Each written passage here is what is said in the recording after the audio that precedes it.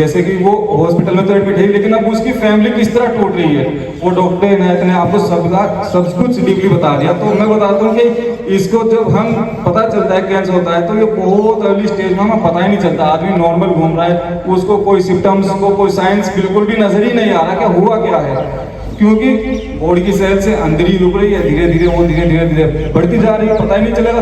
बहुत कम लेवल से उसको माइनर से सिम्टम्स आने लग जाते हैं। अलग अलग ऑर्गन के कैंसर के अलग अलग सिम्टम्स आते हैं, तो इसलिए आदमी उनको इग्नोर कर देता है। गाँव देहात में जाता है, भाई गाल में कुछ हो गया है, कहीं भी जिस तरह का उसको कैंसर हो रहा है, तो डॉक्टर उसको इग्नोर करके देता है कि 2 दिन दवाई खाओ, 4 दिन दवाई खाओ, फिर उसके छोटे छोटे टेस्ट करा के देख लेता है, उनमें कुछ नजर नहीं आता। तो धीरे धीरे जब वो सहारनपुर या कहीं भी अच्छे हॉस्पिटल में पहुंचता है तो डॉक्टर उसके टेस्ट कराता है, बोल देता है भाई आपको कैंसर है। अब वहाँ से वो परेशान होना शुरू हो जाता है। तो आज हम जो आए हैं इसी चीज़ के लिए आए हैं कि हम इससे बचे कैसे। बचने के 2 ही तरीके हैं, एक हमें अवेयर होना, प्लस हमें अपनी हेल्थी लाइफ शेड्यूल, अपने जो अपना दिन का शेड्यूल है उसको थोड़ा चेंज करना। यही 2 तरीके हैं जो कैंसर से बचाया जा सकता है। अदरवाइज कैंसर एक दिन इतनी बड़ी बीमारी होगा हमारे शरीर में खड़ी होती है, पैदा होती है कि हम उसका कुछ नहीं कर सकते। फिर एक ही शब्द देखते हैं, भाई कैंसर हो गया, उसके मरने का इंतजार किया जाए। डॉक्टर कहता है भाई घर ले जाओ, अब ये कितने दिन का है, आप इसकी सेवा कर लो, खिदमत कर लो, सिर्फ हमारे पास यही रास्ता बचता है। लेकिन इस रास्ते से अलावा हमारे पास बहुत ही पहले का एक रास्ता है जिसको हम अपना के अपनी जिंदगी को आसान बना सकते हैं और अपने कैंसर से बचा जा सकता है। वो क्या है? अवेयरनेस।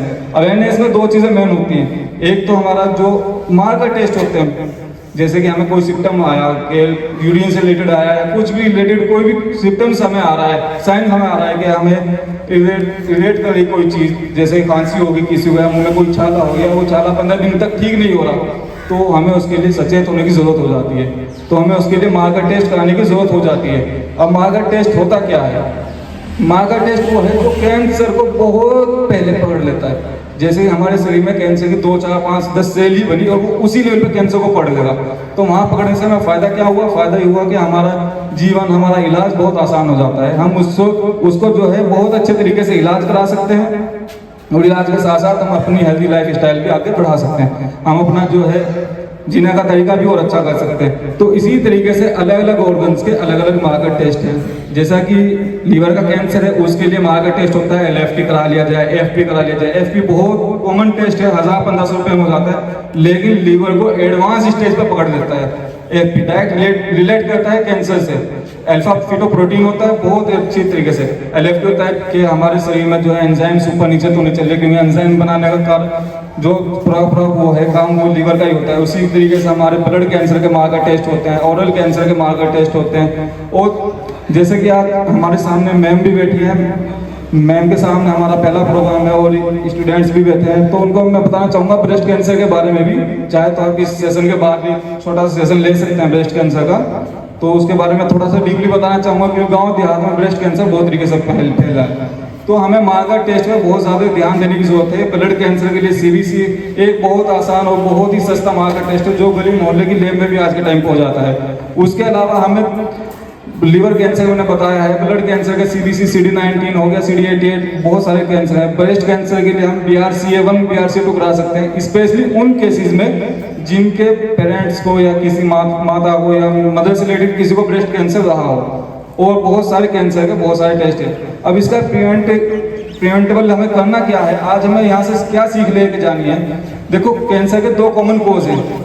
एक है अल्कोहल, जो गांव देहात में बहुत ज़्यादा कंज्यूम की जाती है, हर घर में नहीं तो हर मोहल्ले में तो बहुत ज़्यादा अल्कोहल पी जाती है। दूसरा बीड़ी, सिगरेट, तंबाकू, गुटखाई है, जो हमारे सामने दिख जा रहे हैं, मेन 2 कॉमन कोज है। अब हमें आज यहाँ से एक सबक लेके जाना है। यह प्रोग्राम ऐसे नहीं हम सुन के घर चले गए और कुछ सबक हासिल ना करके, हमें सबक लेके जाना है अपने बाप को, अपने भाई को, या जो भी हमारे आसपास बीड़ी, सिगरेट, तंबाकू, गुटखा कुछ भी खाता है, हमें उसको रोकना है। क्योंकि ये देखो, उस पर भी लिखा होता है तवा कोज कैंसर, क्लियर लिखा होता है, एक इमेज भी बनी रहती है, लेकिन फिर भी लोग उसको खा रहे हैं। दूसरा, हमें अल्कोहल पे बहुत ज़्यादा ध्यान देना है कि हमें अपने घर वालों को, अपने भाई को, अपने बाप को, जो भी अल्कोहल कंज्यूम करता है उसको बताएं कि नहीं, ये कैंसर का कारण है, इसको मत लीजिए, क्योंकि आपका फ्यूचर उन्हीं के हाथ में है। अगर वो नहीं रहेंगे तो आपका फ्यूचर कहाँ होगा, खुद सोच सकते हैं। जैसा कि अभी डॉक्टर इनायत ने बताया कि 40-45 लाख रुपए लग गए और गोल्डन कार्ड होने के बाद भी एक मिडिल क्लास की फैमिली इतना पैसा नहीं ला सकती।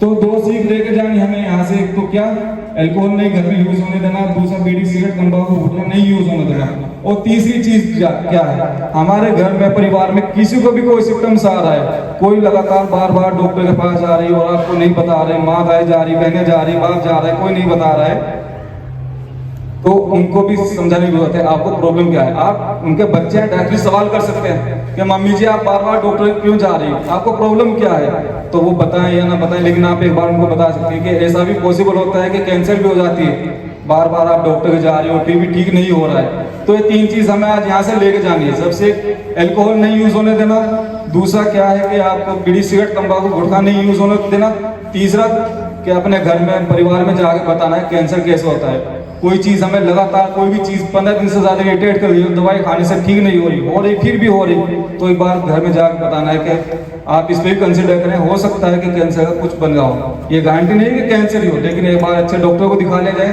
तो जीवन आसान हो जाता है, जीवन सरल हो जाता है। तो मेरी आपसे ये रिक्वेस्ट है कि मार्कर टेस्ट पे घर वालों को बताएं कि 15 दिन से ज्यादा कोई चीज परेशान करेगी तो आप कैंसर के बारे में सोचें। दूसरा, अल्कोहल यूज नहीं होने देना, तंबाकू गुटखा ये सब यूज नहीं होने देना है। तो उम्मीद करता हूँ लोगों ने समझा होगा। अभी इस प्रोग्राम के बाद एक सेशन होगा क्वेश्चन आंसर का, उसमें आपके जो भी कैंसर से रिलेटेड क्वेश्चन है बेझिझक होकर पूछ सकते हैं। Thank you so much.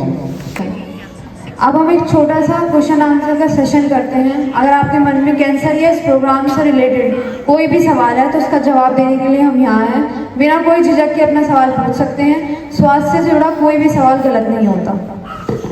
Genetics होता है डेफिनेटली वो, ये पैटर्नल या पैटर्नल तो होता ही होता है, तो मैटर्नल भी हो सकता है। बिल्कुल, जैसे किसी के ब्रेस्ट कैंसर आ है किसी को, तो उसके बच्चों के चांसेस हैं, लड़कियों को खासतौर से उसकी लड़की को ब्रेस्ट कैंसर हो सकता है। अभी डिपेंड नहीं करता कि बच्ची पहले हो गई कि ब्रेस्ट कैंसर बाद में होगा, फिर नहीं डिपेंड करता। आपकी मम्मा को ब्लड कैंसर था और क्या स्थिति थी? हाँ, तो आपको जो है 40 साल या 45 साल के बाद एक CBC साल में बाद टिकट खाने की कोई जरूरत है, बाकी कुछ नहीं, ऐसा नहीं है। CBC मार्कर टेस्ट ही है। ब्रेस्ट कैंसर किसी को में ब्रेस्ट कैंसर ही है। सर मेरा क्वेश्चन ये था, अभी डॉक्टर साहब से मेरी बात हो रही थी, अंदर ऑफिस में बैठे थे कि मेरे क्रिटिक है स्टैंड में, और वो परिवार जो है ना पिछली 3-4 पीढ़ी से पान तम्बाकू दारू बीड़ी सिगरेट से बहुत दूर, 2-3 पीढ़ी 100 साल से ही। उनके फादर कैंसर से गुजरे और उनके 2 बेटे भी कैंसर से गुजरे। कौन से कैंसर? उनको जो फादर थे उनको तो गले कैंसर हुआ, और जो बेटे थे उनको माइंड का हुआ, और जो तीसरा बेटा जो गुजरा है उनको जीवा का था। Before ending the program, I would like to invite school principal Mr. Deepak Kumar to the stage, share a few words with us.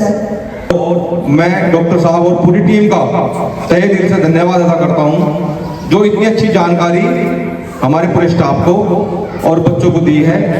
और मैं बच्चों से भी जाहिर करता हूं कि ये जो जानकारी सभी डॉक्टरों ने दी है, इस जानकारी को अपने मम्मी पापा, बड़े भाई या छोटे भाई जो समझदार बच्चे हैं या उनके साथ पढ़ने वाले हैं उनको शेयर करें, उनको कैंसर के बारे में बताएं। मैं फिर से एक बार फिर सभी का धन्यवाद करता हूँ। So much, sir. On behalf of Karginian Cancer Council, I sincerely thank you all our respective teachers, guests and every participant. Your support and presence mean a lot of us. Thank you so much. Have a great day.